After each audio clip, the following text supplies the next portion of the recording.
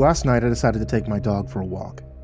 I had a pair of cheap but surprisingly comfortable sandals that I've been wearing wherever I go out, grab the mail, walk my dog, anything that doesn't require me to travel on foot for long.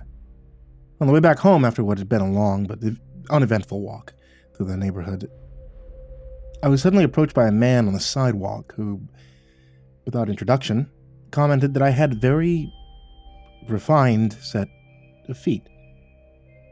Unsure of what exactly that meant, and immediately creeped out, more so by this sudden appearance than the comment itself. I meekly thanked him and I hurried my dog towards my house.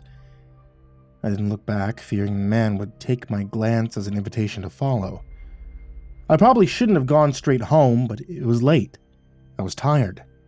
I heard no footsteps trailing my own, and I entered my house without further contact. The next day I found a letter on my front porch. The contents of that letter were unaltered. I am the man who you met on the street last night. If you remember, I remarked that you had quite an impeccable pair of feet. I'm willing to offer you $1,200 per hour if you allow me to study them. There will be no physical contact during this session, and you are free to leave at any time before the hour and still receive the full amount. But I assure you that there will be nothing unusual or strange about the session, aside from, of course, the unusual nature of the request itself. I merely wish to study, measure, and photograph your feet.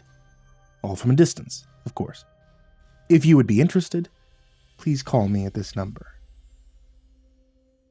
Having just been unceremoniously demoted at work, so as to allow my boss's son a managerial position, nepotism strikes again. I decided that I could tolerate being photographed and studied for an hour, if it resulted in leaving with $1,200 in my pocket. I called the number, received directions to a house in a much nicer neighborhood than my own, and drove out to meet the man for the session. His house was plainly, innocently furnished, and I tried to suppress, or at least ignore, the thoughts like, all serial killers have normal-looking houses. The man showed me to his sunlit living room, not a dimly lit basement, a pleasant surprise, where he'd set up a camera and recording equipment, and one of those really expensive massage chairs they used to aggressively advertise at malls. I was directed to sit, offered a beverage, which I of course declined, and at his prompting, I removed my shoes and socks. I sat for about 15 minutes, browsing random forums on my phone, while the man took countless pictures of my bare feet. He was very focused throughout the session, only speaking to instruct me on positioning and angles. He took down notes in a spiral-bound notebook, but I could only make out the occasional word. Sentences and phrases were written in some strange language I didn't recognize. Aside from the somewhat odd color scheme of his outfit, dark brown khakis, shorts, and a purple t-shirt that had to be at least a decade old, he looked normal enough. And I assumed that the usage of a foreign language was for an added layer of privacy, an understandable precaution considering the subject matter. And as he promised in his note, the man did not touch me, merely gestured in the directions he wanted me to move my feet. There was the expected excitement in his eyes, which I admittedly, it did make me feel a bit nice. Seeing someone so apparently enamored with me, even though the object of their fascination were my feet. But there was also consternation in his face, or perhaps frustration, an expression not dissimilar to what you might see on the face of a student trying to solve a difficult problem. The last 10 minutes of the session were spent questioning me on my ambulatory habits. He asked about the kind of footwear I usually wore, where I usually walked, and for how long, and other somewhat strange, slightly scientific inquiries, but nothing sexual. His focus actually seemed more like that of a doctor than a fetishist. Before I could answer a question concerning my preference of sock length, white, nothing past the ankle, thank you very much, a timer went off, and he shut his notebook with a sigh. He then stood up, he'd been kneeling before me, and withdrew a stuffed envelope from his pocket. He handed it to me and began shutting off his equipment. I would have pocketed the envelope, trusting by the size alone that it contained $1,200, but he insisted that I count it, presumably to cement a trust that he'd probably later use to encourage me to schedule subsequent sessions. As I counted the money, divided into crisp $50 bills, I casually remarked, You must really like feet, huh? The man stopped mid-motion, his hands suspended over a light. He turned to face me, and I saw a new expression on his face. An expression of unrestrained revulsion. He carefully stepped around the equipment he had yet to put away, went to a tall bookcase against a nearby wall, and immediately pushed it aside, revealing an alcove in the wall. In the alcove, resting on the 3 different shelves, were 3 large jars filled with some kind of translucent green liquid.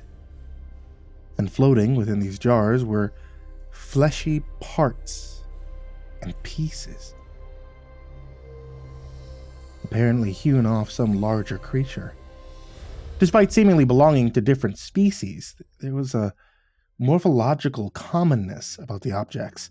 They were all, I realized with a heart-pausing horror, rudimentarily grown or abnormally developed.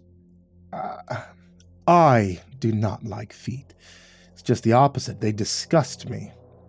But if I am to remain here, I am to blend in. Then I must study and duplicate them. And you can see by the rest of my flawless appearance, they are the one aspect of human anatomy that I have yet to accurately, comfortably replicate. I've otherwise achieved perfect mimicry in all other aspects of human anatomy and physiology. Stepping away from the shelves, but leaving them uncovered, he placed one of his feet on a nearby coffee table and carefully unfastened the laces of his shoes. I remember finding it odd that he'd kept them on while within the home, but knew that some people walked around their house with their shoes on, so I hadn't said anything. When the laces were undone, he removed the shoe. Instead of a sock-covered foot beneath, there was a heavily bandaged mass, roughly in the shape of a foot, bearing several extensions and lumps that I knew were failed toe formations. But I was unfortunately not spared the uncertainty of the speculation. He quickly unwound the bandages through which some sickening yellow excretions had seeped, until a disgusting sallow-skinned appendage was revealed. The would-be foot, the failed ambulatory extremity, had 6 of the malformed toes, 2 lumps on the topmost surface, 1 in the front where they'd ordinarily be, while the rest rimmed the abominable mass. Above the foot, instead of a seamless transition into the ankle, there was a revolting disparity in the tones of his skin. I screamed and I recoiled away from the sight, nearly knocking over the camera's tripod. The man quickly reapplied the bandages, not bothering to replace the soiled wraps with fresh ones, and put his shoe back on. He remarked almost absent-mindedly that foot was the better one. The other was, quote, in a much worse state. Truly a travesty of design. I scrambled to my still bare feet, back against the wall, certain that I'd have to fight for my life now that I'd been shown his terrible, sickening secret. But the man went to his shelves, gazed solemnly into the jars therein for a moment, then returned the bookcase to its former position, hiding the severed jar-suspended parts from sight. He then went back to tidying up his workspace, not at all surprised by the cowering foot model in the other side of the room. When he'd completely packed up his equipment, he brought it all into another room, and then quickly returned with a steaming cup in his hand. He sipped, smiled in satisfaction, then looked at me with a raised brow expression which plainly asked, "Oh, you're still here?" Dumbfounded by the casualness of the last few minutes, I asked, Am I allowed to go?" He nodded, this time smiling at what might have to him sounded like an absurd question. I tried to regain some of my composure, but I was a bit embarrassed by my somewhat dramatic but still justified reaction to the horrific things that he'd presented to me. I awkwardly put my shoes back on, while the man continued to sip from his cup and stroll around his living room. My nerves still buzzed, the shock and terror of the encounter not yet diluted by the apparent harmlessness of the mutated footman. I took one last glance at the man, making sure that he had not primed himself to assault me when I turned my back, but he'd seated himself in the chair that I'd been sitting in, his legs propped up on the extendable footrest that I hadn't known was there. He smiled, and I returned the expression, and I went to leave. When I gripped the knob of the front door, the man called out behind me, "Feel free to give me a call if you ever like to let me study you again. I'd be more than happy to provide the same rate of payment. I'd even be willing to throw in a bit extra if you could return within the week. Once I perfectly replicated the human foot, I can finally begin my plan. Trust me, you'll definitely want all the money you can get your hands on so you can distance yourself as far away from here as possible. Oh, yeah. You won't want to be here. Not anywhere near here." So I closed the door behind me. I heard a loud and eerily inhuman laugh issue from within the house. The tones almost bestial in modulation, carrying a sonic weight that made them clearly heard despite the distance and physical barriers between us. As I walked away from the house, the laugh seemed to follow me, only dying out when I rounded a corner. And even then, in those last few moments, it felt as if the undeniable, inhuman voice took on a harsher, even more sinister pitch. A maniacal alien shriek that caused a nearby flock of birds to briefly disband, scattering wildly in their animalistic terror. Regardless of this last, admittedly monstrous revelation, I think I'll be back before the end of the week. And then, once I have enough money, I'll probably go on an extended vacation.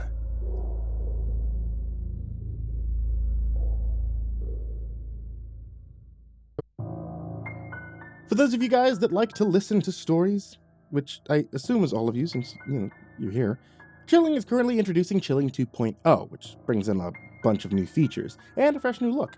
Most importantly, Chilling is now free.